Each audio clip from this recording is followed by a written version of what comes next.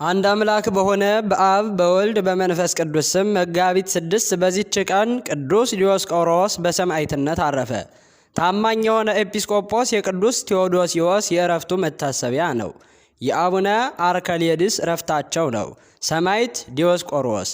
መጋቢት 6 በዚች ቀን በእስላሞች ዘመነ መንግስት ዲዮስቆሮስ በሰማዕትነት አረፈ። ይህም ቅዱስ ከእስክንድሪያ ሰዎች ወገን ነው። በማግባባት በመገፋፋት ከክርስቲያን አውጥተው ወደ እስልምና አስገቡት። በእምነታቸውም ጥቂት ጊዜ ኖረ። ፍዩም በሚባል አገር ለአንድ ክርስቲያን ሰው የተዳረች አንዲት እህት ነበረችው። ወንድሟ የክብር ባለቤት የጌታችን የኢየሱስ ክርስቶስን ሃይማኖት እንደተወ በሰማች ጊዜ ታላቅ ሐዘንን አዘነች። ከዚህ በኋላ እንዲህ ብላ ወደ እርሱ መልእክትን ላከች። የክብር ባለቤት ክርስቶስን አንተ እንደካድከው ከምሰማ በክርስትና ሳለህ የሞትህ መርዶ ቢመጣልኝ እወድ ነበረ። ከዚያም ከቅዱሳት መጻሕፍት ጠቅሳ ጻፈችለት። በደብዳቤዋ ፍጻሜም እንዲህ ብላ ጻፈች። ከዛሬ ጀምሮ ወደ ክርስትናህ ወደ እምነትህ ካልተመለስክ ይህች ደብዳቤ በእኔና በአንተ መካከል የፍቅር ፍጻሜ እንደሆነች እወቅ። ከቶ ፊትህንም እንዳታሳየኝ፣ መልእክትም ቢሆን አትላክልኝ። የእህቱንም የመልእክት ደብዳቤ ባነበበ ጊዜ መሪር እንባን አለቀሰ፣ ተጸጸተ፣ ፊቱን ጸፋ፣ ጽሕሙንም ነጨ። ተነስቶም ወገቡን ታጠቀ፣ ረጅም ጸሎትንም በመጸለይ ማለደ። ፊቱንም አዳኝ በሆነ በመስቀል ምልክት አማተበ። ከቤቱም ወጥቶ በእስክንድሪያ ከተማ ውስጥ ተመላለሰ። እስላሞችም ባዩት ጊዜ ይዘው ወደ መኮንኑ አቀረቡት። መኮንኑም ከእርሱ ስለሆነው ነገር ጠየቀው። እርሱም ክርስቲያን ነኝ፣ ሌላ ምንም አላውቅም ብሎ መለሰ። መኮንኑም ደግሞ የክርስቲያንን ሃይማኖት ትተህ ወደ እኛ እምነት ገብተህ አልነበረምን ብሎ መለሰለት። ቅዱስ ዲዮስቆሮስም መልሶ እንዲህ አለ። በወልድ የማያምን ሕይወትን አያያትም፣ የእግዚአብሔር የቁጣው መቅሰፍት በላዩ ይወርዳል እንጂ የሚል በከበረ ወንጌል ተጽፏል። ስለዚህ እኔ በክብር ባለቤት በሕያው እግዚአብሔር ልጅ በጌታችን ኢየሱስ ክርስቶስ አምናለሁ። እኔም ትውልድ ክርስቲያን ነው። አሁንም በክርስትናዬ አምናለሁ፣ እሞታለሁ።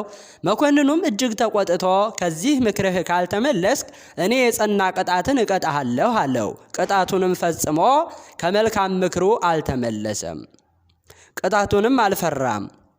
ከዚያም በኋላ ታላቅ ግርፋት ገርፎ አሰረው። በእስር ቤት ጥቂት ቀናት ከቆየ በኋላ ከእስር ቤትም አውጥቶ ከምክሩ ከሐሳቡ ቢመለስ ብዙ ገንዘብ ሊሰጠው ቃል ገባለት።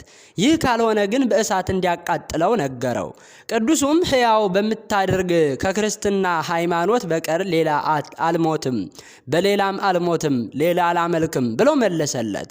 መኮንኑም በእሳት እንዲያቃጥሉ ታዘዘ። ከከተማም ውጭ ታላቅ ጉድጓድ ቆፈሩለት፣ እንጨትም መልተው አነደዱት። ነበልባሉም እጅግ ከፍ ከፍ አለ። ያን ጊዜ ብዙ ገረፉት። ገርፈውም ስጋውን በሰይፍ ሰነጣጠቁት፣ ወደ እሳትም ጨመሩት። ነፍሱንም በእግዚአብሔር እጅ ሰጥቶ በመንግሥተ ሰማያት የሰማዕትነት አክሊልን ተቀበለ። ረድኤት በረከቱ ይደርብን፣ በጸሎቱ ይማረን፣ አሜን። ቅዱስ ቴዎዶሲዎስ። በዚህችም ዕለት ታማኝ የሆነ ኤጲስቆጶስ የቅዱስ ቴዎዶሲዎስ የእረፍቱ መታሰቢያ ነው። የዚህንም ቅዱስ ዜና ከዲዮቅልጥያኖስ የተሾመ የቆጵሮስ ገዢ ዮልዮስ ሰማ።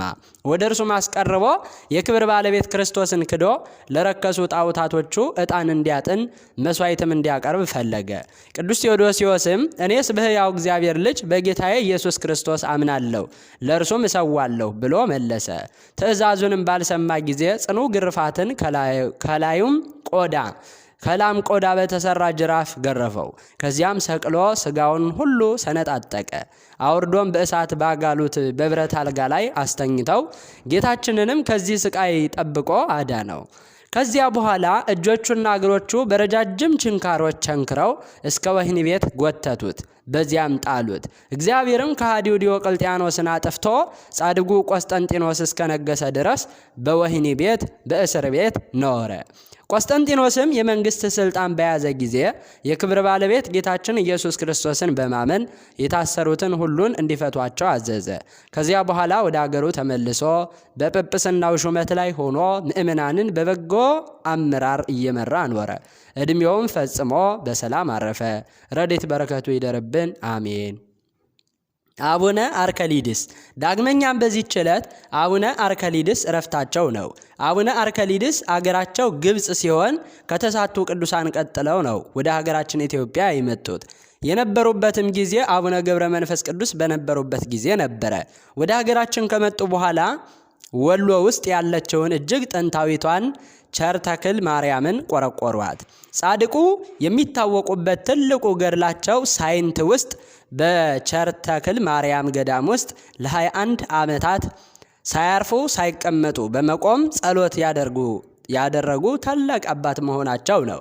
አቡነ አርከሊድስ እጃቸው ሲያጨበጭቡ 500 ርግቦች በአንድ ጊዜ ይሰበሰቡላቸው ነበረ። እነርሱም ወደ ፈለጉት ቅዱሳን መልእክት ይልኳቸው ነበረ። በዚህ አስደናቂ ስራቸውም በቅዱሳን ዘንድ ትልቅ ክብር ነበራቸው። ለቅዱሳን የተለያየ ታሪክ አላቸው።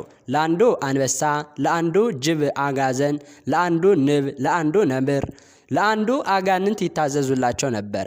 ጻድቁ በመጨረሻ ወደ ምድረ ግብፅ ተመልሰው ከሰማዕታት ጋር ተሰይፈው በሰማዕትነት ያረፉ ታላቅ አባት ናቸው። ረድኤት በረከታቸው ይደርብን፣ በጸሎታቸው ይማረን፣ አሜን ይማረን።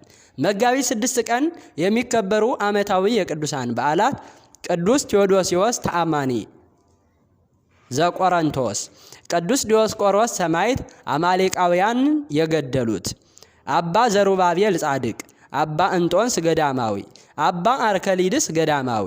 ወርሃዊ በዓላት ቅድስት ደብረ ቁስቋም፣ አባታችን አዳምና እናታችን ሔዋን፣ አባታችን ኖህና እናታችን ሃይከል፣ ቅዱስ ኤልያስ ነቢይ፣ ቅዱስ ባስልዮስ ዘቄሳርያ፣ ቅዱስ ዮሴፍ አረጋዊ፣ ቅድስት ሰሎሜ፣ አባ አርከ ስሉስ፣ አባ ጽጌ ድንግል፣ ቅድስት አርሴማ ድንግል።